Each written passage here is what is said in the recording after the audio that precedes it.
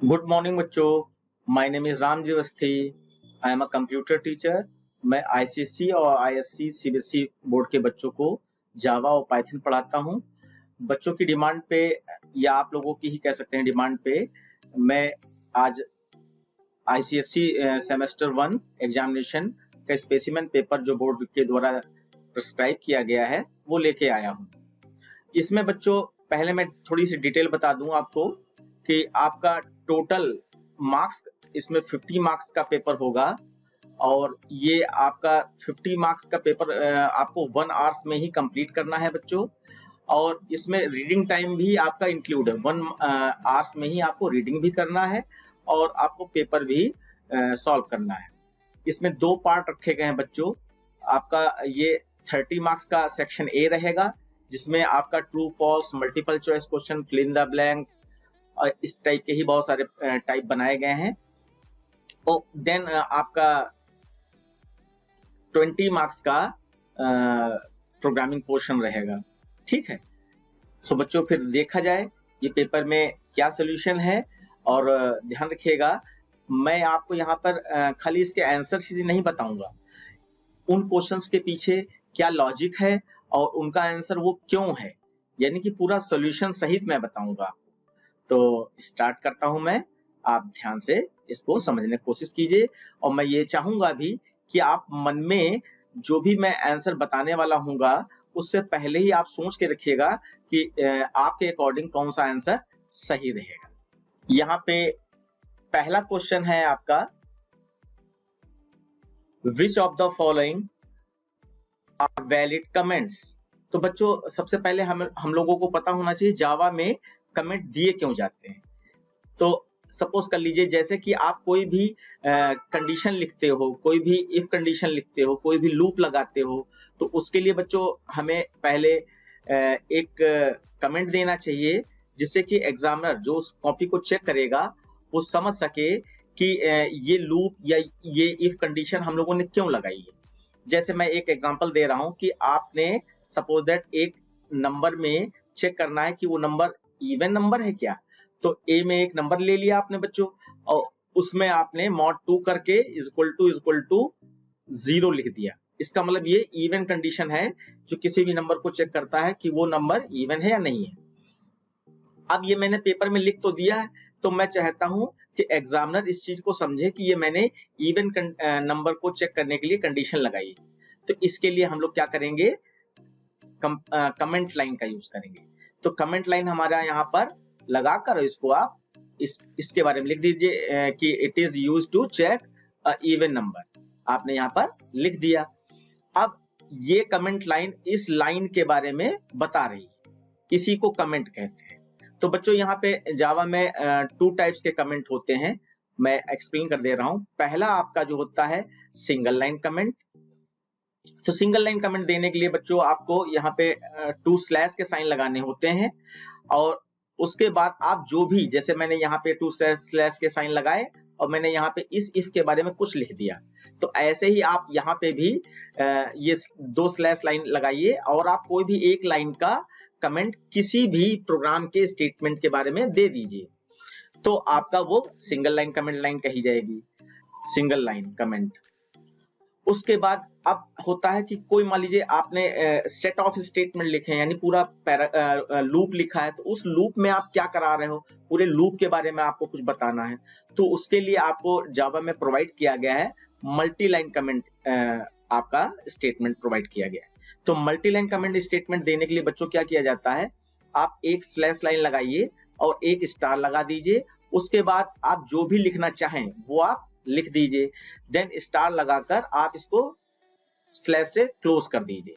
अब ये जो है, अब यहाँ पे मान लीजिए आपका ये फॉर लूप लिखा है या कोई इफ कंडीशन जिसके अंदर आपने क्या करवाना चाहा है, तो उसके बारे में आपने कंप्लीट डिटेल यहाँ पर दे दी। तो ओवरऑल जावा में आपके 2 टाइप्स के कमेंट होते हैं, एक सिंगल लाइन कमेंट और एक multi line comment, multi line comment. तो इसके अकॉर्डिंग अब इस क्वेश्चन में हमें देखना है which of the following are valid comments. तो यहाँ पे वैलिड कमेंट में आप देख पा रहे होंगे ये पहला ऑप्शन जो दिया गया है, इसमें आपका ये वाला क्वेश्चन हमारे मल्टी लाइन कमेंट से मैच हो रहा है, तो इसका मतलब ये वाला स्टेटमेंट बच्चों सही है। आफ्टर देन फिर आप दूसरा वाला देखिए, ये वाला कहीं यहाँ पे दिखाई पड़ रहा है, जो दो हम लोगों ने अभी भी समझे नहीं है, तो इसका मतलब ये सही नहीं है। उसके बाद थर्ड वाला देखें, तो थर्ड वाला आपका 2 स्लैश लाइन लगाई गई है और उसके बाद कमेंट लिखा गया है, तो ये वाला बच्चों फर्स्ट वाले ऑप्शन से हमारे मैच हो रहा है, इसका मतलब ये भी सही है।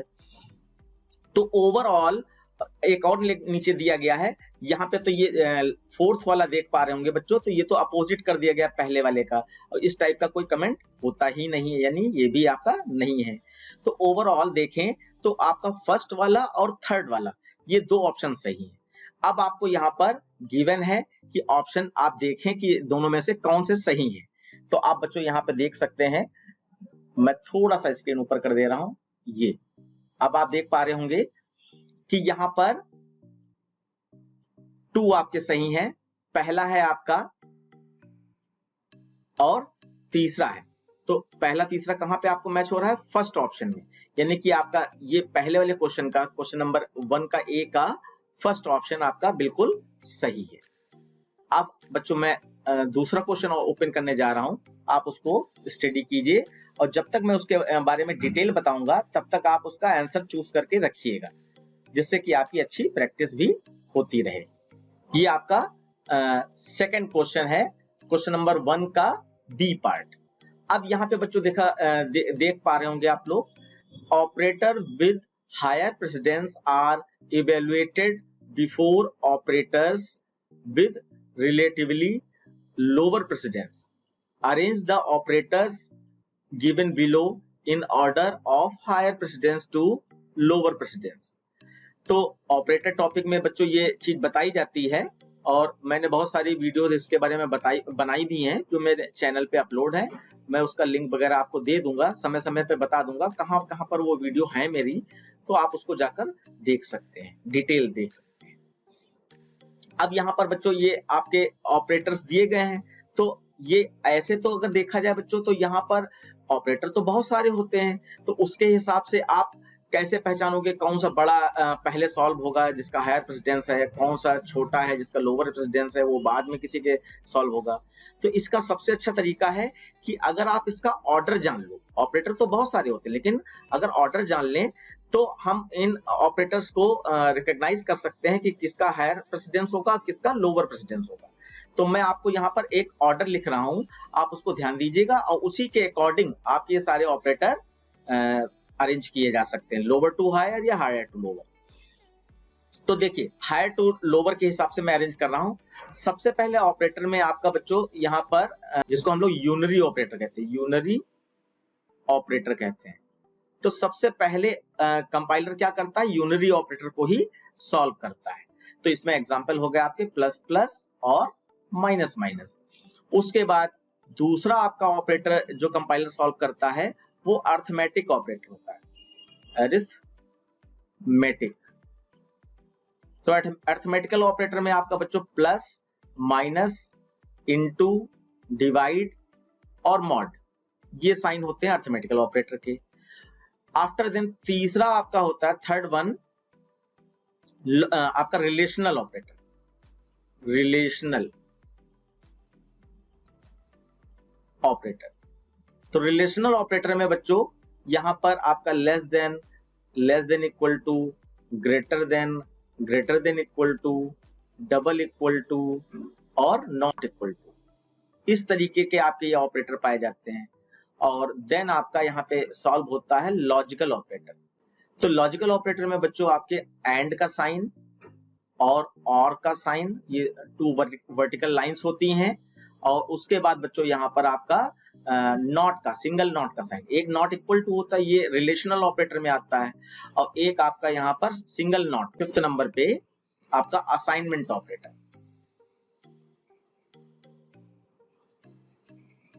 असाइनमेंट ऑपरेटर, तो असाइनमेंट ऑपरेटर में बच्चों यहाँ पर सिंगल इक्वल का साइन होता है, सिंगल इक्वल का।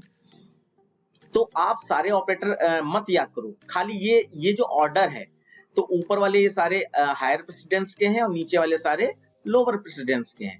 यानी सबसे पहले यूनरी ऑपरेटर सॉल्व होगा, देन अरिथमेटिकल ऑपरेटर सॉल्व होगा, देन बच्चों आपका यहाँ पर रिलेशनल ऑपरेटर सॉल्व होगा, देन लॉजिकल, और सबसे लास्ट में असाइनमेंट ऑपरेटर सॉल्व होता है। कोई भी एक्सप्रेशन होगी तो उसमें यही ऑर्डर चलता है। तो इसके हिसाब से अगर आप यहाँ पे देखना चाहो, ये जो सीक्वेंस दिया गया है, इस सीक्वेंस के हिसाब से यहाँ पर अगर देखो तो सबसे पहले हमारा यहाँ पे देखा जाए तो आपका ये जो ऑर्डर दिया है इसके हिसाब से प्लस प्लस सबसे पहले सॉल्व होना चाहिए, प्लस प्लस। उसके बाद देखें यहाँ पे ओके अर्थमेटिकल दिया गया है, ये मॉड वाला साइन, यानी नंबर 2 पे बच्चों आपका ये वाला सॉल्व होना चाहिए। फिर उसके बाद जो है देखा जाए तो रिलेशनल दिया गया, तो रिलेशनल में हमारा यहाँ पे नंबर 3 पे रिलेशनल सॉल्व होना चाहिए। उसके बाद आपको ढूंढना जब रिलेशनल और कोई नहीं है, देन आप देखिए कोई लॉजिकल ऑपरेटर है क्या, तो हाँ यहाँ पर एक लॉजिकल ऑपरेटर भी है ना, तो ये 4th नंबर सॉल्व होना चाहिए। तो 1 3 और 2 4 इस तरीके से आपका ये सीक्वेंस बना है। तो सबसे पहले हम देखें प्लस प्लस ऑपरेटर कहाँ पे है, तो ये प्लस प्लस का इंडेक्स नंबर यहाँ पर देखा जाए ये 4th नंबर पे दिया है, तो 4th वाले जितने भी हैं 1 2 3 ये आपका 4th नंबर पे है। उसके बाद आपका क्या आना चाहिए, आपका मॉड का साइन, तो मॉड का साइन 2nd नंबर पे है। तो बच्चों यहाँ पर आप 4th फिर 2nd, तो 4th और 2nd कहाँ पे, ओके 4th और 2nd इस लाइन में है। और फिर आपका यहाँ पे बच्चों आप देख पा रहे होंगे 3rd, तो 3rd वाली लाइन पे है, तो ये भी इसमें मौजूद है।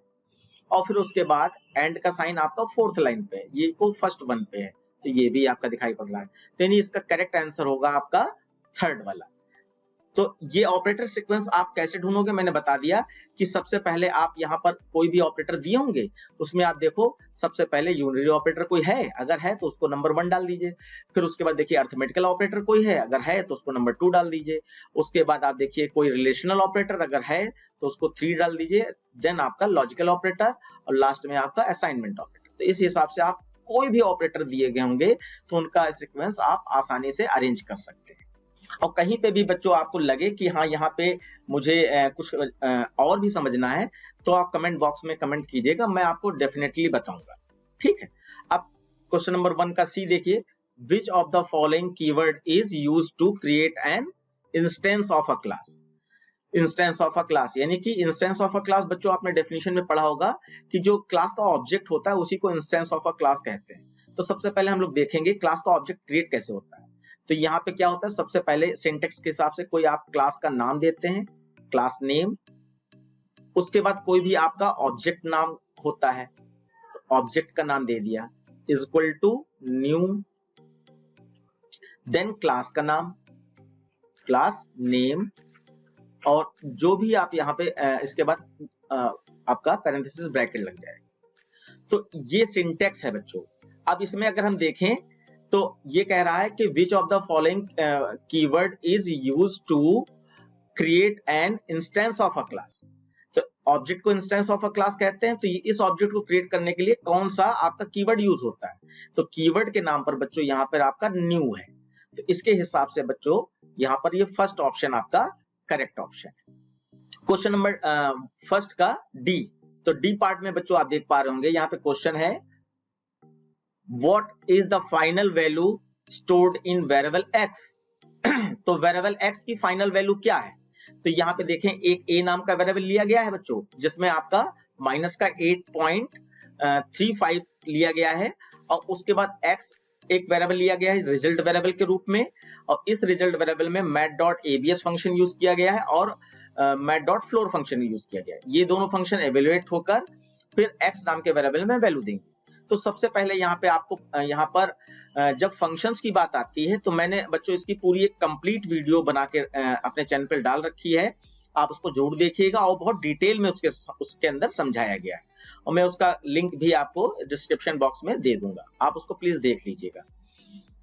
तो यहाँ पे इस क्वेश्चन के हिसाब से मैं थोड़ा सा आपको बता दूं, जैसे दो फंक्शन जब आपस में प्रीडिफाइंड दो फंक्शन आपस में बना दिए जाते हैं, तो इनर फंक्शन यानी जो अंदर दिया है वो पहले इवेल्युएट होगा और फिर उसका आंसर मिलेगा आउटर फंक्शन को जो बाहर वाला फंक्शन है, और फिर बाहर वाले फंक्शन के हिसाब से आपका फाइनल रिजल्ट आएगा।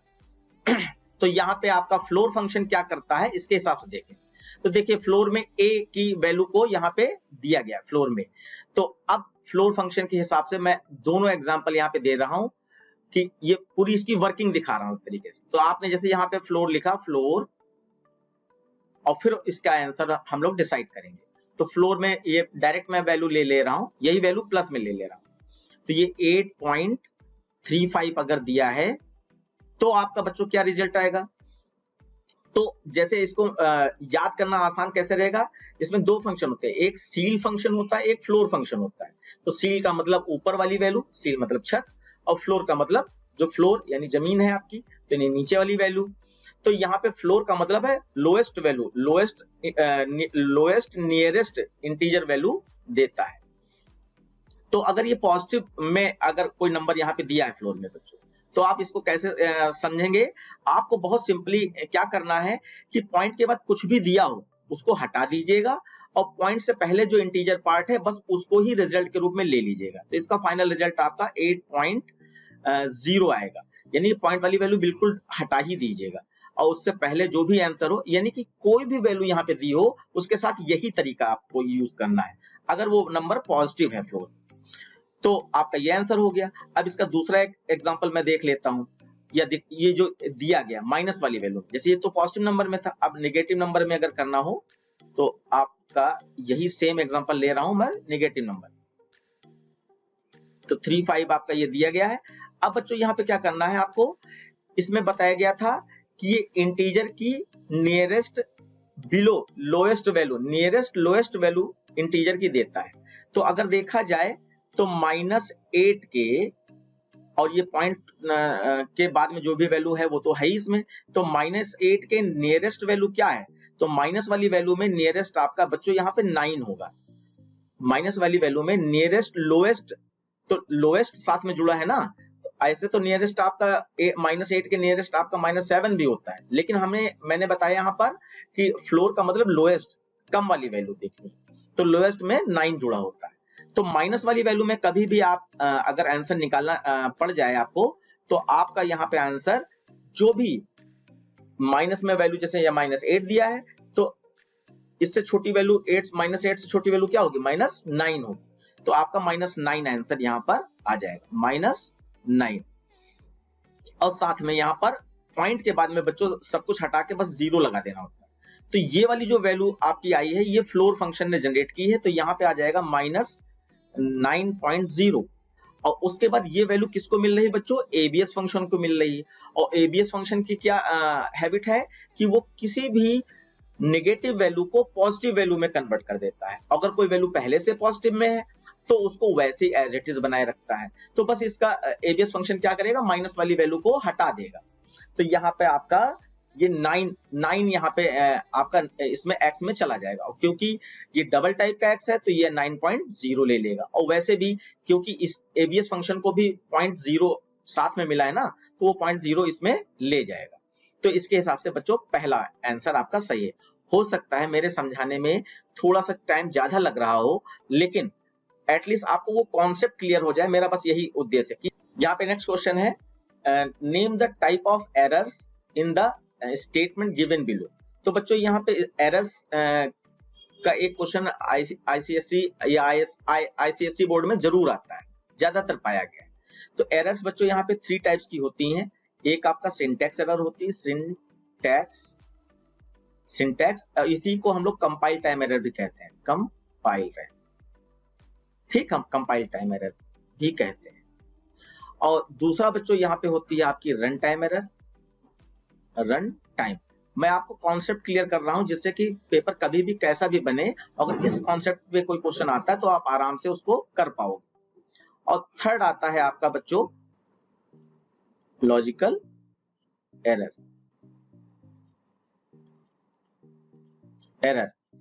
अब यहाँ पे एग्जांपल के लिए समझ लीजिए बच्चों, जब आप जावा का कोई भी प्रोग्राम, किसी भी सॉफ्टवेयर, जैसे ब्लूजे है आपका जावा चलाने के लिए, एक्लिप्स है, या आप एडिट प्लस यूज करते हो, जे क्रिएटर यूज करते हो, या बहुत सारे सॉफ्टवेयर आपको प्रोवाइड है, स्पेशली ब्लूजे।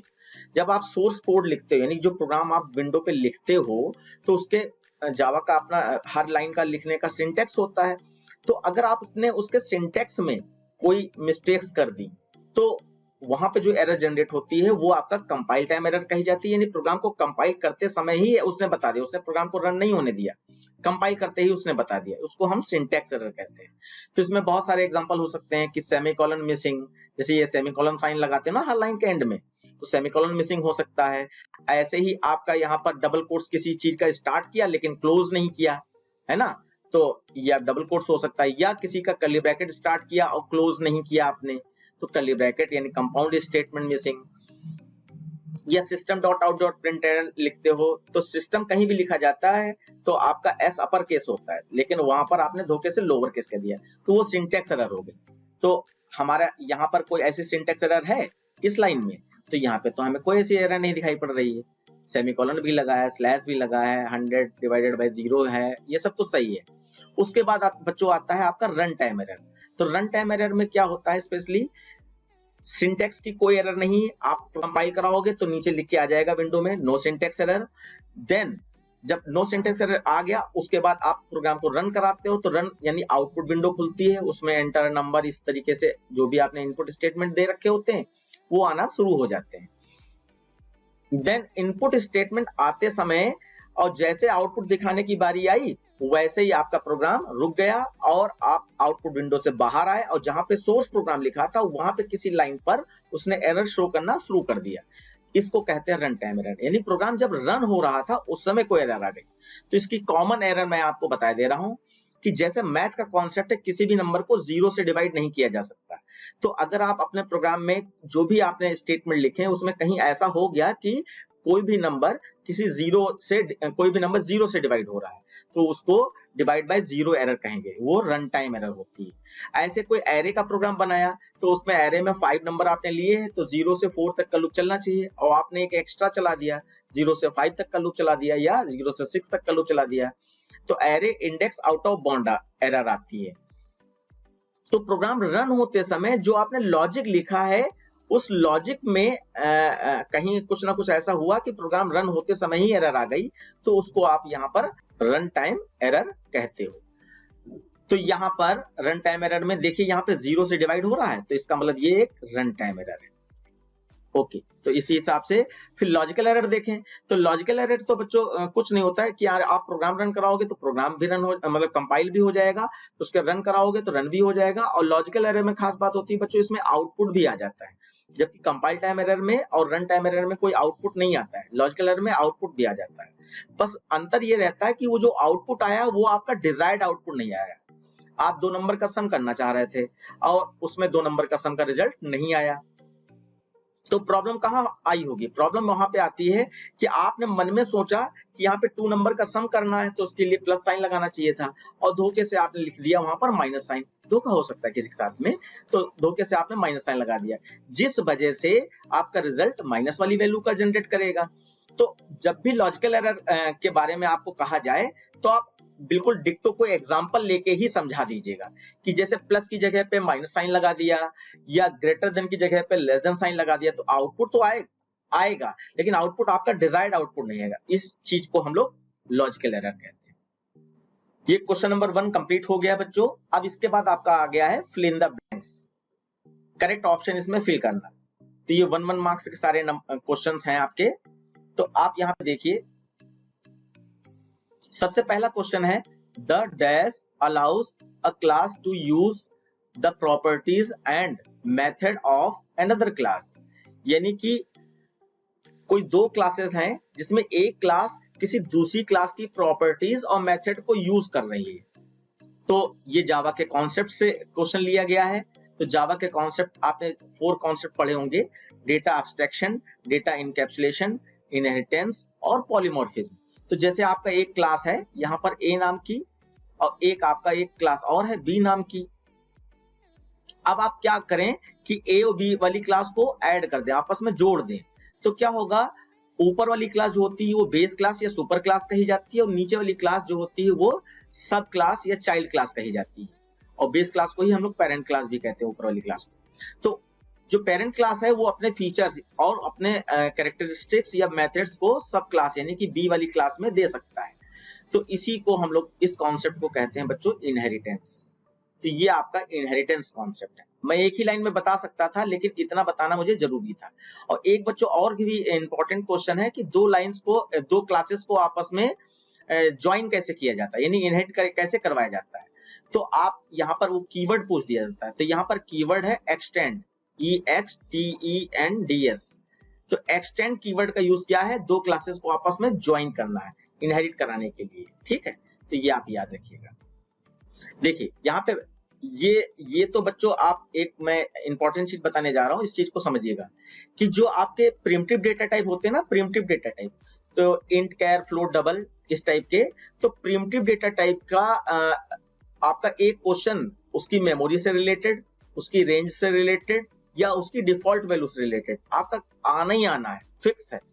तो यहाँ पर पूछा गया है कि the number of bytes occupied by char data type is, और यहाँ पे बाइट्स लिखा है या बाइट लिखा है तो कैरेक्टर डेटा टाइप कितनी बाइट मेमोरी लेता है, तो यहाँ पे सही आंसर है, आप देख लीजिएगा 2 बाइट मेमोरी लेता है। तो आपका थर्ड आंसर आपका इसका सही है। बाकी इसमें डिटेल में जाने की जरूरत नहीं है, बस इसको आपको एक बार याद करना है, ये क्वेश्चन आपको मिलेगा, ये पक्का है। The dash is called an instance of a class. तो अभी अभी हम लोगों ने न्यू कीवर्ड जब पढ़ा था इससे पहले वाले क्वेश्चंस में, तो न्यू कीवर्ड क्यों यूज किया जाता है, ऑब्जेक्ट के लिए। जब ऑब्जेक्ट क्रिएट करते हैं तो न्यू कीवर्ड उसके लिए मेमोरी एलोकेट करता है ना।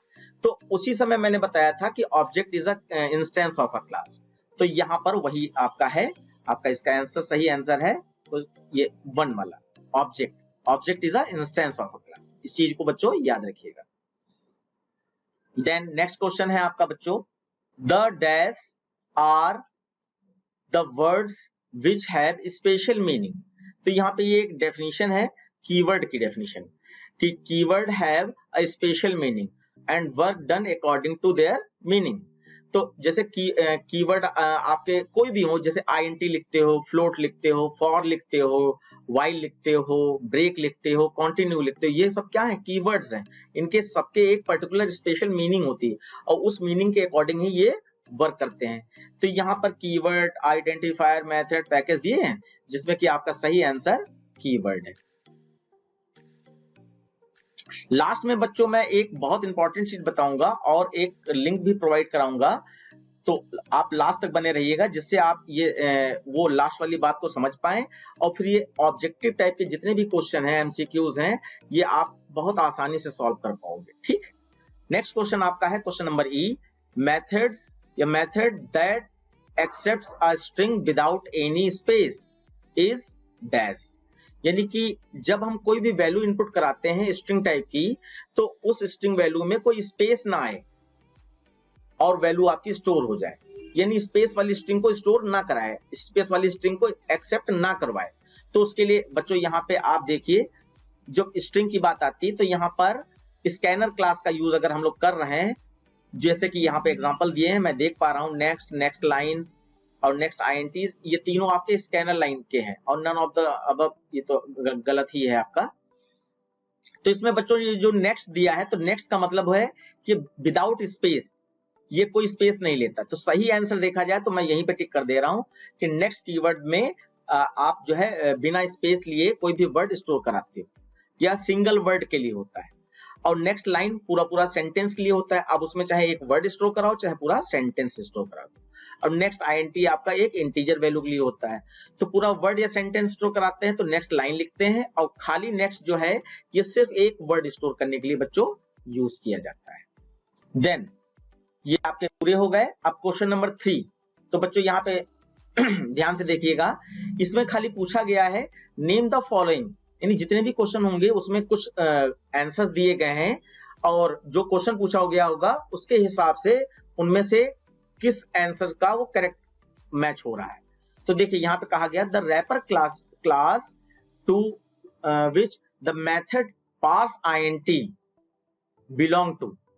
तो ऐसी रैपर क्लास जिससे बिलोंग करता है पार्स INT मेथड, तो वो कौन सी रैपर क्लास है। तो बच्चों आप यहाँ पे एक फंडामेंटल थोड़ा सा मैं आपको एक्सप्लेन कर देना चाह रहा हूं। जैसे रैपर क्लास और जो डेटा टाइप है, इसमें बहुत छोटा सा डिफरेंस होता है कि रैपर क्लास का पहला लेटर अपर केस होता है और डेटा टाइप पूरा स्मॉल में होता है। जैसे कि मैं एग्जांपल लूं तो यहाँ पे आप जैसे अगर फ्लोट लिखते हो, फ्लोट एफ अपर केस रखो, FLOAT फ्लोट, तो ये आपका रैपर क्लास है, ये रैपर क्लास है आपका।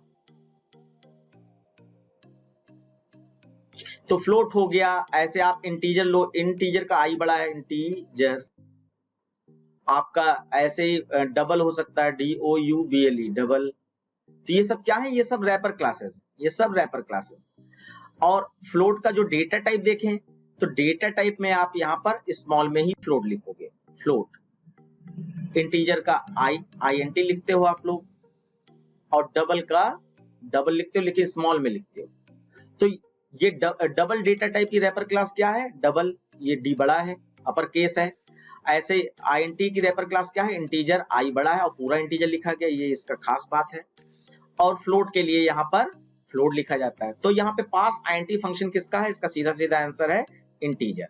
और बस अब यहाँ पे, हाँ यहाँ पे देखिए बच्चों थोड़ा सा कंफ्यूजन किया है, ये भी इंटीजर है और ये भी इंटीजर है, तो आपका कौन सा इंटीजर सही होगा। तो अभी अभी मैंने जैसा एक्सप्लेन किया कि I बड़ा होना चाहिए, तो ये नीचे वाला third one is a correct answer. तो तीसरा आपका आंसर इसका सही है। ये फंडामेंटल याद रखिएगा बच्चों। नेक्स्ट क्वेश्चन है आपका बच्चों, intermediate code obtained after compilation. तो ये थ्योरी का बेसिक है कि जावा का प्रोग्राम जब रन कराते हैं तो कैसे वर्क करता है। मैं थोड़ा सा इसका हिंट दे रहा हूं। जैसे आपने ये एक विंडो है जिसमें जावा का प्रोग्राम लिखा, जिसको हम लोग सोर्स कहते हैं, सोर्स प्रोग्राम, ठीक है। उसके बाद हम लोग क्या करते हैं, इस प्रोग्राम को हम लोग कंपाइल कराते हैं। कंपाइल कराने से बच्चों क्या होता है, ये फाइल जो है एक कोड जनरेट करती है जिसको हम लोग बाइट कोड कहते हैं, कोड। और इस बाइट कोड को जनरेट होने के बाद फिर ये आपका जावा का इंटरप्रेटर के द्वारा फिर इंटरप्रेट किया जाता है और आपका ये बन जाता है मशीन कोड,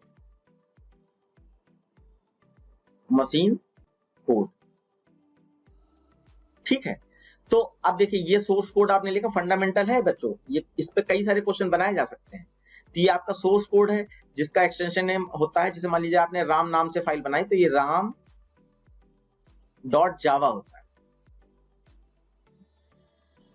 होता है, ठीक है।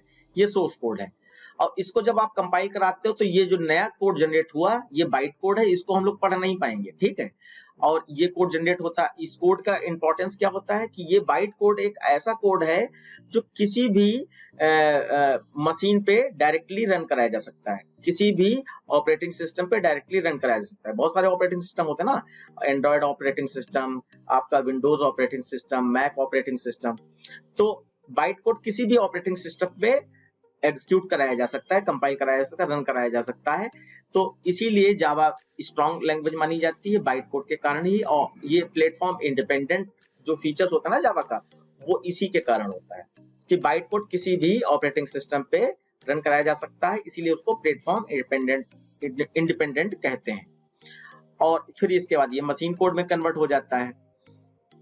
तो यहाँ पर ये कह रहा है कि इंटरमीडिएट कोड यानी बीच वाला कोड कौन सा होता है, तो आप देख पा रहे होंगे आंसर मिल चुका है आपका बाइट कोड। तो इसका सही आंसर है बाइट कोड, ठीक है। नेक्स्ट क्वेश्चन होगा बच्चों, question number C, the method with the same name as of the class and which does not have a return type is called as. यानी ऐसा मेथड, ये फंक्शन की बात हो रही बच्चों, ऐसा फंक्शन या ऐसा मेथड जो वैल्यू रिटर्न ना करे और उसका नाम और क्लास का नाम सेम हो। तो ये टॉपिक है आपका कंस्ट्रक्टर। तो कंस्ट्रक्टर टॉपिक में बताया जाता है, कंस्ट्रक्टर की डेफिनेशन है the name of constructor is same as class name and constructor का फीचर्स है constructor does not return value, any value, not even word. तो यहाँ पे सही आंसर हो जाएगा बच्चों यहाँ पर कंस्ट्रक्टर, क्योंकि फंक्शन वैल्यू रिटर्न कर सकते हैं, कंस्ट्रक्टर वैल्यू रिटर्न नहीं करता है।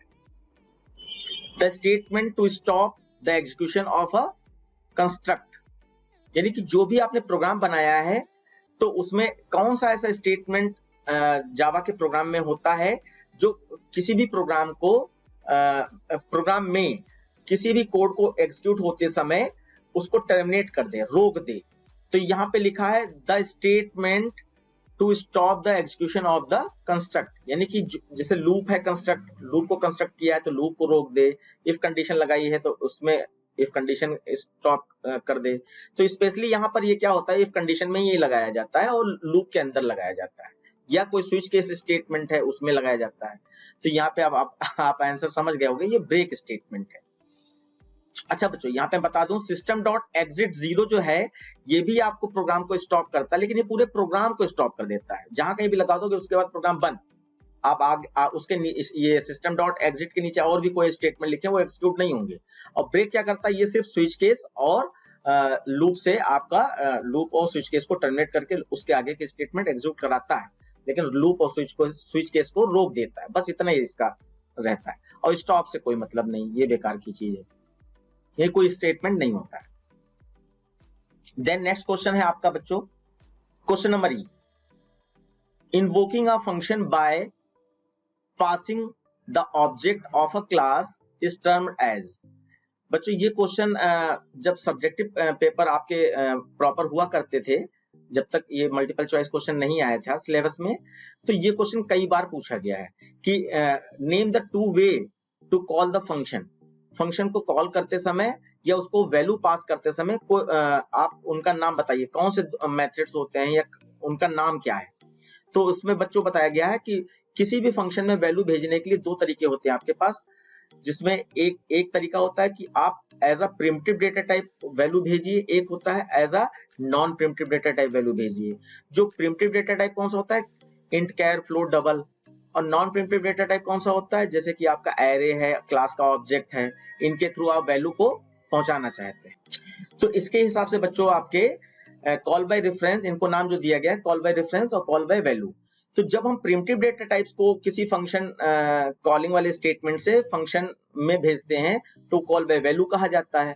और जब हम यहाँ पर एरे या ऑब्जेक्ट को फंक्शन कॉलिंग वाले स्टेटमेंट से फंक्शन डेफिनेशन या फंक्शन स्टेटमेंट तक, फंक्शन प्रोटोटाइप तक भेजते हैं, तो उसको कॉल बाय रेफरेंस कहते हैं। तो यहाँ पे पूछा गया है कि passing the object of a class is termed as. तो ऑब्जेक्ट क्या है, रेफरेंस है, या object non primitive data type है, तो ये कॉल बाय रेफरेंस इसका सही आंसर होगा। ठीक है, नेक्स्ट क्वेश्चन है आपका क्वेश्चन नंबर 4। अब आपका ये भी 1 मार्क्स का है, और इसमें क्या बताना है, ट्रू फॉल्स बताना है। बहुत आसान है बच्चों, फटाफट हम लोग इसको देखेंगे। पहला है आपका byte is a non primitive data type. तो देखिए आपको 8 टाइप के प्रिमिटिव डेटा टाइप होते हैं, बाइट, शॉर्ट, इंट, लॉन्ग, ये इंटीजर के हो गए 4। फिर फ्लोट, डबल, ये आपका फ्लोटिंग नंबर स्टोर करने के लिए हो गए। फिर कैर, और फिर लास्ट में आपका बूलियन। तो ये आपके टोटल प्रिमिटिव डेटा टाइप हो गए। तो इसमें बाइट को ये कह रहे हैं कि बाइट क्या आपका is a non primitive data type है, तो ये तो गलत है, बाइट तो प्रिमिटिव डेटा टाइप होता है, तो इसका आंसर हो गया फॉल्स। देन नेक्स्ट क्वेश्चन है, ये एक स्टेटमेंट दिया है, इस तरीके का आउटपुट आपके बच्चों आ सकते हैं, आप भी ध्यान रखिएगा। तो इसको मैं एक्सप्लेन कर रहा हूं, आपको ध्यान से समझिएगा। यहाँ पे नॉट का यूज दिखाया गया ना, ये बहुत इंपॉर्टेंट है। तो देखिए 2 इज ग्रेटर देन 3, तो 2 3 से बड़ा है, तो ये तो फॉल्स हो गया, 2 3 से बड़ा नहीं है। फिर बीच में क्या लगा है, एंड का साइन लगा है। देन आपका 4 इज ग्रेटर देन 6, तो ये भी फॉल्स हो गया, 4 भी 6 से बड़ा नहीं होता है। अब देखिए आपका इधर भी फॉल्स आया है, इधर भी फॉल्स आया है, ये तो डेफिनेटली हो गया कि ये पूरी कंडीशन फॉल्स हुई है ना, तो रिजल्ट तो आपका फॉल्स होना चाहिए। लेकिन यहाँ पे बच्चों इससे बाहर जब जाओगे तो ये नॉट लिखा है, तो ये फॉल्स फॉल्स मिलकर तो आपका फॉल्स बनेगा जाकर, फॉल्स और फॉल्स मिलकर फॉल्स बनेगा जाकर। लेकिन इसके बाद नॉट लगा है, तो नॉट का मतलब होता है कि किसी भी कंडीशन में जब नॉट लग जाता है बच्चों, तो वो कंडीशन जो भी रिजल्ट प्रोड्यूस कर रही है उसका अपोजिट रिजल्ट आ जाता है। तो यहाँ पे क्योंकि रिजल्ट फॉल्स है, तो इसका अपोजिट रिजल्ट नॉट क्या करेगा, ट्रू बना देगा, तो ये ट्रू हो जाएगा। तो यहाँ पे सही आंसर आपका ट्रू है। फिर उसके बाद क्वेश्चन नंबर सी है इसका, scope of local variable is with in a class. Class के अंदर लोकल वेरिएबल का स्कोप क्या रहता है। तो देखिए जैसे आपने यहाँ पर, मैं एग्जांपल ले रहा हूं, आपने यहाँ पे ये क्लास बनाई XYZ, इसको ओपन किया और यहाँ पे आपने कोई फंक्शन बनाया void कैलकुलेट, ये इंपॉर्टेंट चीज है बच्चों, ये कैल्क बना दिया आपने। और आपने क्या किया, दो जगह वेरिएबल डिक्लेयर किए, यहाँ पर क्लास के अंदर int a डिक्लेयर किया है और यहाँ पे int b डिक्लेयर किया है। और उसके बाद आपने यहाँ पर मान लीजिए SOPLN में a को प्रिंट कराया और SOPLN में b को भी प्रिंट करा दिया, ठीक है। अब यहाँ पे देखिए, ये अगर लॉजिक आपने समझ लीजिए तो लोकल वेरिएबल ग्लोबल वेरिएबल का स्कोप ये आप अच्छे तरीके से समझ जाएंगे। तो सबसे पहला पॉइंट है फंडामेंटल में कि ये आपका ग्लोबल वेरिएबल है, ग्लोबल वेरिएबल, और किसी फंक्शन की कर्ली ब्रैकेट के अंदर कोई वेरिएबल डिक्लेयर है तो वो आपका लोकल वेरिएबल, लोकल वेरिएबल। अब किसी भी लोकल वेरिएबल का स्कोप क्या होता है, उसकी फंक्शन बॉडी होती है, यानी कि इस फंक्शन बॉडी से ये बाहर नहीं जा पाएगा। और किसी ग्लोबल वेरिएबल जो क्लास के अंदर डिक्लेयर है उसका क्या रहता है, इसको पूरी क्लास होती है, यानी ये इस कर्ली ब्रैकेट के अंदर कहीं भी यूज किया जा सकता है। तो देखिए ये दोनों वेरिएबल मैंने डिक्लेयर किए। अब अगर b को मैं ये कैल्क नाम के फंक्शन के अंदर प्रिंट कराऊं, कैलकुलेट करूं, तो कोई एरर नहीं आएगी इसका स्कोप, क्योंकि कैल्क नाम के फंक्शन की बॉडी में ही है। लेकिन मैंने यहाँ पे b को इस फंक्शन बॉडी से बाहर भी प्रिंट करा दिया, इसका मतलब यहाँ पर ये एरर दिखा देगा, और यहाँ पर ये जो a वाला है ये एरर नहीं दिखाएगा। तो ये सही है, ये गलत है। तो क्या लोकल वेरिएबल का स्कोप क्लास के अंदर होता है? तो नहीं होता है, तो ये फॉल्स हो गया आपका। ग्लोबल वेरिएबल का स्कोप रहता है, लोकल वेरिएबल का नहीं होता है। नेक्स्ट क्वेश्चन हो जाएगा बच्चों, the default statement is optional in switch case. तो बच्चों यहाँ पे डिफॉल्ट स्टेटमेंट में मैं एक और जानकारी दे देना चाह रहा हूं। जैसे आपका इफ एल्स स्टेटमेंट है, तो इफ एल्स में जो एल्स पार्ट होता है वो डिफॉल्ट होता है। ऐसे ही आपका स्विच केस में जो आप डिफॉल्ट कीवर्ड या डिफॉल्ट केस यूज करते हो वो भी आपका ऑप्शनल होता है, यानी कि आप उसको लिखना चाहो स्विच केस में लिखो या उसको हटा सकते हो। तो ये कह रहे हैं कि the default statement is optional in switch case. Switch case में डिफॉल्ट स्टेटमेंट ऑप्शनल होता है, तो बिल्कुल सही बात है, स्विच केस में डिफॉल्ट स्टेटमेंट ऑप्शनल होता है। और इसी पे मिलता जुलता क्वेश्चन आपका इफ एल्स का हो सकता है कि इफ एल्स स्टेटमेंट में एल्स क्या ऑप्शनल होता है? तो यस, एल्स ऑप्शनल पार्ट होता है। नेक्स्ट क्वेश्चन है, the assignment operator equal sign is left associative. तो जब हम लोग कैलकुलेशन करते हैं तो आपका ऑपरेटर प्रेसिडेंस तो वर्क करता ही करता है कि कौन सा पहले ऑपरेटर सॉल्व होगा, कौन सा बाद में ऑपरेटर सॉल्व होगा। तो उसमें बच्चों एक और चीज ध्यान देनी होती है कि ये ऑपरेटर, कुछ ऑपरेटर लेफ्ट टू राइट करते हैं, कुछ ऑपरेटर राइट टू लेफ्ट करते हैं। तो आप यहाँ पे समझिए कि जैसे आपने यहाँ पर कोई एक्सप्रेशन लिया c is equal to a plus b into c, तो ये जो ऑपरेटर है, जैसे ये प्लस लगा है, प्लस है और ये इनटू है, ये तो बच्चों आपका लेफ्ट टू राइट की ओर चलते हैं, लेफ्ट टू राइट की ओर चलते हैं। और ये जो इक्वल साइन है ये आपका लेफ्ट एसोसिएटिव होता है, यानी कि जो भी रिजल्ट आएगा ये कहाँ चला जाएगा, इसके अंदर चला जाएगा ना, लेफ्ट साइड में। तो ये कह रहे हैं the assignment operator equal is left associative, तो ये आपकी बात ट्रू हो गई। बाकी ऑपरेटर आपका राइट साइड में चलते हैं, लेफ्ट से राइट साइड में। नेक्स्ट क्वेश्चन है बच्चों आपका, ये क्वेश्चन नंबर 5 है और इसमें आपका ऑड वन चूज करना है, यानी कि कोई 4 या 3 आपके ऑप्शन दिए हैं जिसमें एक अलग टाइप का है। तो ये तो अच्छी बात है, और आपने अगर थ्योरी डिटेल में पढ़ी है तो इसको आप आसानी से कर सकते हो।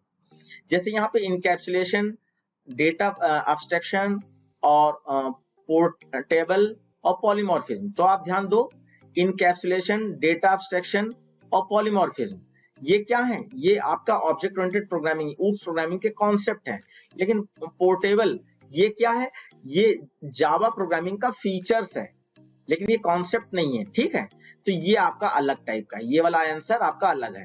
तो ये कह रहे हैं कि ऑड वन को चूज करना है, इसका मतलब सही आंसर आपका 3rd है। अब यहाँ पे ऑड वन चूज कीजिए। तो अभी ऑपरेटर मैंने यहाँ पे लिख के दिखाए थे ऑपरेटर, तो उसमें देखिए ये आपका रिलेशनल ऑपरेटर है, ये भी रिलेशनल ऑपरेटर है, और ये भी, यानी कि ये भी रिलेशनल है, ये भी रिलेशनल है और ये भी रिलेशनल है। और सॉरी, मैंने थोड़ा सा जल्दीबाजी कर दी, ये वाला रिलेशनल है और ये एंड वाला कैसा है? लॉजिकल है। तो ये लॉजिकल अलग टाइप का है, बाकी तो सब रिलेशनल, इसका मतलब सही आंसर आपका 3rd। अब यहाँ पे देख लीजिए बच्चों, रिटर्न, ब्रेक, कंटिन्यू और सिस्टम डॉट एग्जिट। तो इसको भी फंक्शन पढ़ाते, फंक्शन का एक क्वेश्चन था ना, तो इसको पढ़ाते समय मैंने आपको बताया था कि आपका कुछ इसमें एक वर्ड आता है जावा में, जंपिंग स्टेटमेंट। तो बच्चों जंपिंग स्टेटमेंट में आपके 3 टाइप्स के स्टेटमेंट आते हैं। सबसे पहला होता है आपका रिटर्न, जो किसी फंक्शन से जंप करवाता है आपको, कोई फंक्शन डेफिनेशन है उसके अंदर से कंट्रोल को वापस फंक्शन कॉलिंग तक लाने के लिए यूज किया जाता है, तो ये रिटर्न स्टेटमेंट होता है। और किसी भी लूप से या स्विच केस के अंदर केस से आपको बाहर लाने के लिए ब्रेक स्टेटमेंट यूज करते हैं। और ऐसे ये भी जंपिंग स्टेटमेंट है। और ऐसे ही आपका कंटिन्यू, यानी कि जहां पे कंटिन्यू लगता है उसके जस्ट नीचे जो भी स्टेटमेंट होते हैं उनको स्किप कर दिया जाता है। कंटिन्यू का मतलब है लूप के अपडेशन पार्ट में कंट्रोल को भेज दे। मैं ये डिटेल बताते हुए चल रहा हूं जैसे कि और भी क्वेश्चन रिलेट कर सको इससे। तो ये तो तीनों जंपिंग स्टेटमेंट हो गए, लेकिन सिस्टम डॉट एग्जिट ये आपका क्या करता है, ये प्रोग्राम से ही बाहर कर देता है आपको। बाकी सब तीनों स्टेटमेंट प्रोग्राम में तो रहते हैं, कुछ पर्टिकुलर सेट ऑफ स्टेटमेंट से या कंट्रोल स्टेटमेंट से आपको बाहर करते हैं, लेकिन ये सिस्टम डॉट एग्जिट क्या करता है, पूरा प्रोग्राम से ही बाहर कर देता है। इसलिए सही आंसर आप अगर देखें तो सही आंसर में आपका 4th है इसका। नेक्स्ट देखिए, यहां पे आप बच्चों देख पा रहे होगे, ये इंट है, ये डबल है, ये आपका कैर है और ये स्ट्रिंग है। तो यहाँ पे डेटा टाइप दिए, तो डेटा टाइप के बारे में सोचिए। डेटा टाइप 2 टाइप्स के होते हैं, एक प्रिमिटिव है, एक नॉन प्रिमिटिव। तो देखा जाए इंट कैसा होता है, प्रिमिटिव होता है। डबल कैसा होता है बच्चों, प्रिमिटिव होता है। कैर कैसा होता है, प्रिमिटिव होता है। लेकिन स्ट्रिंग आपका प्रिमिटिव डेटा टाइप में नहीं आता है, तो इसको आप नॉन प्रिमिटिव समझ सकते हो। तो यानी कि ये ऑड 1 हो गया, तो इसका आंसर आपका 4 हो गया। क्वेश्चन नंबर ई में देखिए, आपका ये ऑपरेटर का कॉम्बिनेशन दिया गया है। तो इसमें प्लस कैसा है, प्लस आपका अरिथमेटिकल ऑपरेटर है। और मॉड का साइन कैसा है, ये भी आपका अरिथमेटिकल ऑपरेटर है। और स्लैश कैसा है, ये डिवाइड वाला, ये भी आपका अरिथमेटिकल ऑपरेटर है। लेकिन ये कैसा है, ये और का साइन है, तो और का साइन तो लॉजिकल ऑपरेटर होता है। तो ऑड 1 कौन सा हो गया बच्चों इसमें, ये 4th वाला। अब यहाँ पर बच्चों क्वेश्चन नंबर 6 है, ये आउटपुट निकालने के लिए कहा गया। तो इसमें आपको प्रैक्टिस की जरूरत होती है, और मैंने एक आउटपुट की बहुत अच्छी वीडियो बनाई है, जिसमें बहुत ढेर सारी, एक क्या 2 वीडियो बनाई है, अपने चैनल पे अपलोड कर रखी है, आप उनको जरूर देखिएगा। तो आउटपुट का एक अच्छा खासा नॉलेज आपको हो जाएगा, ठीक है। तो इस क्वेश्चन को देख लिया जाए। यहाँ पे जो वैल्यूज लिखी हैं, इसमें x की वैल्यू 5 है और इस स्टेटमेंट को एग्जीक्यूट करना है। तो मैं यहाँ पर लिखना चालू कर रहा हूँ, इसका कॉन्सेप्ट भी बताता हूँ, इसमें गलती हो जाती है ना बच्चों से। तो यहाँ पे देखिए, सबसे पहले x है, तो मैं यहाँ पे सॉल्व कर रहा हूँ। तो x की वैल्यू 5 है, आप 5 लिख लीजिए प्लस, और फिर मैं यहाँ पे जो कॉन्सेप्ट बता रहा हूँ उसको ध्यान रखिएगा। जब भी इक्वल साइन से पहले ऑपरेटर आ जाता है, तो आप वैल्यू कहां से रखना चालू करेंगे, इक्वल साइन से पहले जो वेरिएबल है वहां से रखेंगे। तो x की वैल्यू मैंने 5 रख दी, उसके बाद आपका प्लस ऑपरेटर आ गया, प्लस लिख दिया। देन इक्वल साइन जब आएगा तब आप क्या करेंगे, यहाँ पे पैरेंथेसिस ब्रैकेट लगा देंगे। बच्चों ये इंपॉर्टेंट चीज है, आप ध्यान रखिएगा, आप पैरेंथेसिस ब्रैकेट लगा देंगे। अब ये पोस्ट इंक्रीमेंट हो रहा है, तो पोस्ट इंक्रीमेंट में वैल्यू जहां पे पोस्ट इंक्रीमेंट हो रहा है वहां चेंज नहीं होती, चेंज वैल्यू अगले स्टेप में भेज दी जाती है। तो आपका यहाँ पे x की वैल्यू 5 है, तो यानी यहाँ पर तो 5 रहेगी, इस जगह पे तो ये 5 रहेगी, लेकिन नेक्स्ट स्टेप में ये चेंज वैल्यू भेजी गई। और प्लस प्लस ऑपरेटर क्या करता है, किसी भी वैल्यू वेरिएबल की वैल्यू में 1 का इंक्रीमेंट करता है और माइनस माइनस 1 का डिक्रीमेंट करता है। तो ये 5 था, तो यहां से जब यहां पहुंचे तो ये क्या लेके पहुंचा, 6 लेके पहुंचा, 6। लेकिन बच्चों यहाँ पे देखें तो यहाँ पे प्री इंक्रीमेंट हो रहा है, तो प्री इंक्रीमेंट क्या करेगा, ये तुरंत वैल्यू चेंज कर देता है। तो इसको मिला क्या, पहले देखिए पीछे से इसको क्या मिला, यहाँ पर 6 मिला, और जब ये वैल्यू प्लस प्लस करेगा तो ये क्या कर देगा, 7 कर देगा। तो बीच में क्या लगा है, प्लस, तो यहाँ प्लस लगा दिया और यहाँ पर 7 लिख दिया। तो ये 6 से 7 बन गया बच्चों, ध्यान रखिएगा। फिर उसके बाद प्लस लिखा आपने, और प्लस लिखने के बाद अब देखिए ये माइनस माइनस है, तो करंट वैल्यू इस समय यहाँ पर ये 6 नहीं रह गए, करंट वैल्यू यहाँ पे 7 है। तो 7 जब यहाँ पर पहुंचेगा, यहाँ से यहाँ जब जाओगे तो ये 7 पहुंचेगा। अब 7 देखो यहाँ पे प्री डिक्रीमेंट हो रहा है, तो प्री का मतलब चाहे इंक्रीमेंट हो चाहे डिक्रीमेंट, उसी जगह पे चेंज कर देना है। तो ये 7 से कितना हो जाएगा आपका, 6 हो जाएगा। और उसके बाद अब करंट वैल्यू बच्चों यहाँ पर 6 है इसकी, मैंने यहाँ लिख रखी है।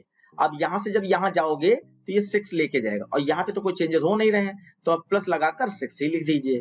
अब आप इसको कैलकुलेट कर लीजिए, और ब्रैकेट का खास ख्याल रखिए, पहले ब्रैकेट सॉल्व होता है, देन आपका ब्रैकेट के बाहर वाला। तो यहाँ पे आप इसको ऐड कर लीजिए, तो ये 5 प्लस और यहाँ पे देखिए कैसे भी आप ऐड कर लीजिए। तो बच्चों अब इस ब्रैकेट वाले को पहले सॉल्व किया जाता है, तो आप इसको सॉल्व कर लीजिए। तो 5 + 7 कितना हो जाएगा, 12 हो जाएगा, और 12 और 6 18 हो जाएगा, और 18 और 6 फिर से आप करेंगे तो आपका 24 आ जाएगा। तो यहाँ पे 24 आ गया, और 24 को आप ब्रैकेट के बाहर आप सॉल्व कर सकते हैं। तो 24 + 5 तो आपका 29 आ जाएगा। ठीक है, तो आपका ये पहला वाला आंसर इसका सही है। नेक्स्ट है आपका क्वेश्चन नंबर बी। इसमें आउटपुट निकालना है आपको। तो देखिए यहाँ पे ये कंडीशन चेक होगी, कंडीशन ट्रू हुई तो ये वाला स्टेटमेंट एग्जीक्यूट होगा, अगर कंडीशन फॉल्स हुई तो इसके बाहर वाला स्टेटमेंट एग्जीक्यूट होगा। तो ए की वैल्यू 5 है, मैंने यहाँ पे, एक मिनट बच्चों, ए की वैल्यू 5 है तो मैंने यहाँ पे 5 रख दिया, और बी की वैल्यू 7 है तो मैंने यहाँ पर 7 रख दिया। अब कंडीशन चेक कर लीजिए, 5 इज ग्रेटर देन 7, तो कंडीशन फॉल्स हो गई। तो बच्चों याद रखिएगा, किसी भी कंडीशनल स्टेटमेंट में करली ब्रैकेट ओपन करना और क्लोज करना होता है, पता है सबको। लेकिन यहाँ पे एक कॉन्सेप्ट याद रखना है कि करली ब्रैकेट अगर उस कंडीशन के अंदर सिंगल लाइन का स्टेटमेंट है, जैसे ये सिंगल लाइन का स्टेटमेंट है, तो करली ब्रैकेट ओपन करना और क्लोज करना ऑप्शनल होता है। तो यहाँ पे याद रखने वाली बात बच्चों क्या है कि जब कभी भी आउटपुट वगैरह के क्वेश्चन में आपको किसी भी कंडीशनल स्टेटमेंट, जैसे कि इफ कंडीशन हो गई, स्विच और फॉर लूप वगैरह हो गया, तो उसमें अगर करली ब्रैकेट ना मिले तो आप जान जाइएगा कि इसके अंदर एक ही लाइन है, और उसके नीचे जितनी भी लाइन लिखी वो उस कंडीशनल स्टेटमेंट से बाहर की लाइन है। तो यहाँ पर आपका था 5 इज ग्रेटर देन 7, तो कंडीशन फॉल्स हो गई, तो यानी इफ से आप बाहर निकलोगे, और ये लाइन इफ के अंदर है, और ये दूसरा वाला एसओपीएलएन वाली लाइन इफ से बाहर है, तो आपका 5 और 7 का मल्टीप्लाई करा दिया गया, तो 7 5 जा 35 आ जाएगा। अब इसके बाद आप यहां पर देखो 35 कौन सा आंसर रहेगा, तो आपका सेकंड वाला आंसर सही है, मल्टीप्लाई हो जाएगा तो 35 आ जाएगा। ठीक है, इसके बाद बच्चों नेक्स्ट ऑप्शन है, क्वेश्चन है आपका क्वेश्चन नंबर सी। यहाँ पे ऑपरेटर्स में प्लस प्लस और माइनस माइनस वाला ऑपरेटर का एक आउटपुट बच्चों जरूर आता है, और दूसरा आपका ये जो टर्नरी ऑपरेटर होता है, यानी कि क्वेश्चन मार्क और कोलन साइन से कोई भी ऑपरेटर दिया जाए तो इसको कंडीशनल ऑपरेटर या टर्नरी ऑपरेटर कहते हैं। तो इसका भी क्वेश्चन आउटपुट में ज्यादातर पूछा जाता है, जैसे कि आपका एग्जाम्पल में दे दिया गया। अब यहाँ पे ए की वैल्यू देखिए बच्चों क्या है, ए की वैल्यू यहाँ पर 90 मानी गई, तो आप यहाँ पे 90 फिल कर दीजिए, ए जहां है वहां 90 पहुंच जाएगा। अब 90 is greater than equal to 90, क्या 90 90 से बड़ा है या बराबर है, तो बड़ा तो नहीं है, ग्रेटर देन नहीं, लेकिन इक्वल टू 90 है। तो बच्चों क्या होता है, अगर कंडीशन ट्रू होती है तो ये क्वेश्चन मार्क वाला पार्ट एग्जीक्यूट होगा और अपने रिजल्ट को रिजल्ट वेरिएबल में स्टोर करवा देगा। अगर कंडीशन फॉल्स होती है तो ये कोलन साइन वाला पार्ट एग्जीक्यूट होगा और अपने रिजल्ट को रिजल्ट वेरिएबल में पहुंचाता है। लेकिन क्योंकि हमारी यहाँ पर कंडीशन क्या हुई है, ट्रू हो गई, तो कोलन साइन वाला पार्ट एग्जीक्यूट नहीं होगा, क्वेश्चन मार्क वाला पार्ट एग्जीक्यूट होगा, और ये एक्सीलेंट को एक्स में स्टोर करा देगा। फिर एक्स को अगर आप प्रिंट कराते हो तो यहाँ पर एक्सीलेंट नाम का आपका आंसर आ जाएगा। तो ये क्वेश्चन आंसर नंबर 2 सही है इसका। नेक्स्ट है आपका क्वेश्चन नंबर डी। हाँ, तो इसको समझिएगा, इसमें कोई और, हाँ ठीक है। देखिए बच्चों, ये स्विच केस का प्रोग्राम दे दिया गया है। अब यहाँ पे क्या है कि x की वैल्यू में जो भी होगा उसके हिसाब से केस ए, केस बी, केस सी और डिफॉल्ट केस बनाया गया है।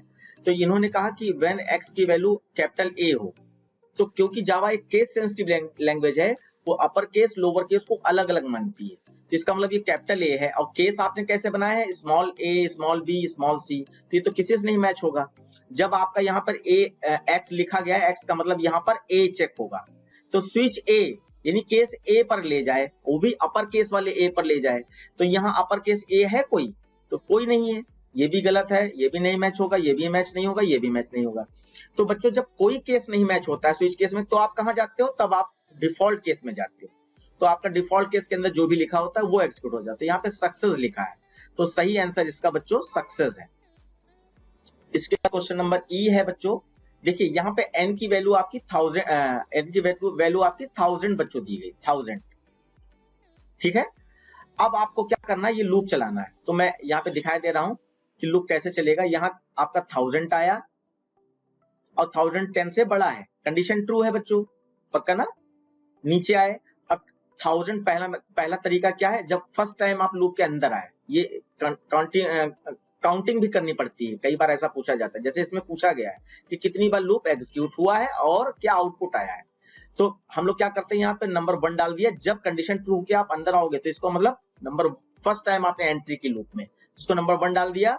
और आपने यहाँ पे प्रोसेस जो देखी, प्रोसेस में 1000 डिवाइडेड बाई 10 है, तो 1000 डिवाइडेड बाई 10 करेंगे तो आपका ये 0 हटा, ये 0 हटा, यानी 100 बचा। तो आपके n की वैल्यू कितनी हो गई बच्चों, 100 हो गई। लूप का नेचर ये फिर ऊपर जाएगा। अब आप यहाँ पे चेक करो, यहाँ पे क्या बचा है, 100 बचा है। फिर आप यहाँ पे आओ, अब दोबारा लूप के अंदर आ रहे हो क्योंकि 100 भी बड़ा है 10 से, कंडीशन ट्रू हो गई बच्चों। तो यहाँ पे 100 लिखा आपने डिवाइडेड बाई 10, ये जैसा कि स्टेटमेंट में दिखाई पड़ रहा है।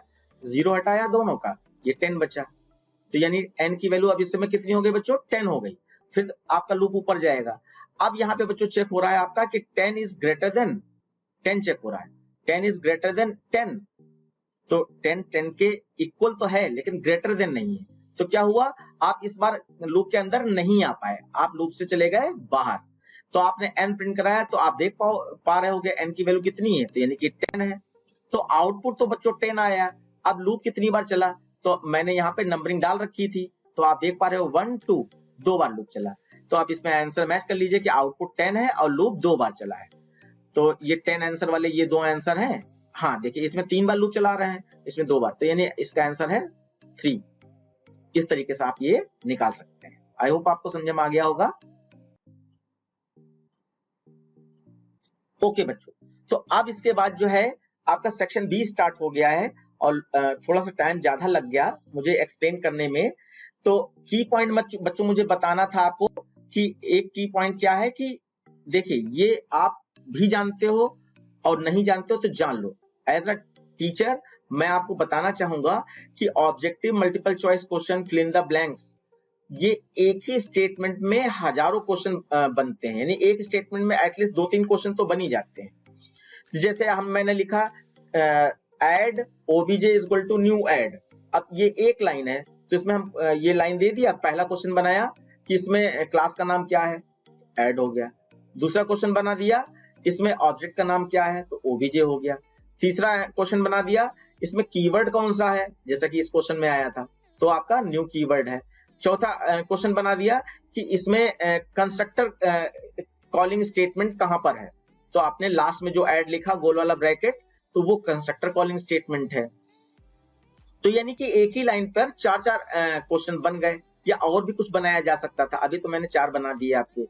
तो आप अगर जैसे कि कहीं कोई टीचर हो या कहीं इंटरनेट पे, वेबसाइट पे आप बहुत सारे ऑब्जेक्टिव टाइप के क्वेश्चन की वीडियो देखें या कोई बुक खरीद लें ऑब्जेक्टिव टाइप के क्वेश्चन की पढ़ने के लिए, तो उसमें आप कितना भी पढ़ें, कई बार ऐसा होगा कि कॉन्सेप्ट आपका क्लियर नहीं, आप आंसर्स को रटने की कोशिश करेंगे तो उसमें क्या होगा, आप सारे आंसर रट नहीं पाएंगे और आप जो है कहीं ना कहीं जब रियल एग्जाम होगा तो वहां कंफ्यूज होने के चांसेस बहुत ज्यादा बढ़ जाते हैं। अब बच्चों क्या है, मैं क्या बताना चाह रहा हूं, मैं बताना चाह रहा हूं कि आप ये हजारों क्वेश्चंस जो multiple choice question, objective type question पढ़ने से बचना अगर चाहते हैं, तो आप जो जावा के चैप्टर्स हैं उनकी थ्योरी को, पर्टिकुलर थ्योरी को एक बार ढंग से समझ लीजिए। तो कॉन्सेप्ट एक है कि किसी भी क्लास का ऑब्जेक्ट कैसे डिक्लेयर होता है, तो क्लास का नाम space object name is equal to new class का नाम। तो ये जब भी आप थ्योरी समझोगे तो यहाँ पे बताया जाएगा कि ये क्लास का नाम है, ये ऑब्जेक्ट नाम है, ये न्यू कीवर्ड है जो मेमोरी एलोकेट करता है, ये कंस्ट्रक्टर कॉलिंग हो रही है। तो थ्योरी पढ़ते समय ये सब एक्सप्लेन हो ही जाता है। तो आपको 4 अलग अलग क्वेश्चन जो एक पेपर बना के किसी भी यूट्यूब वीडियो में आपको समझा रहा है कोई, तो उससे बच जाओगे, वो अलग बात है। मैं भी आपको बहुत सारे क्वेश्चन लेके आने वाला हूं।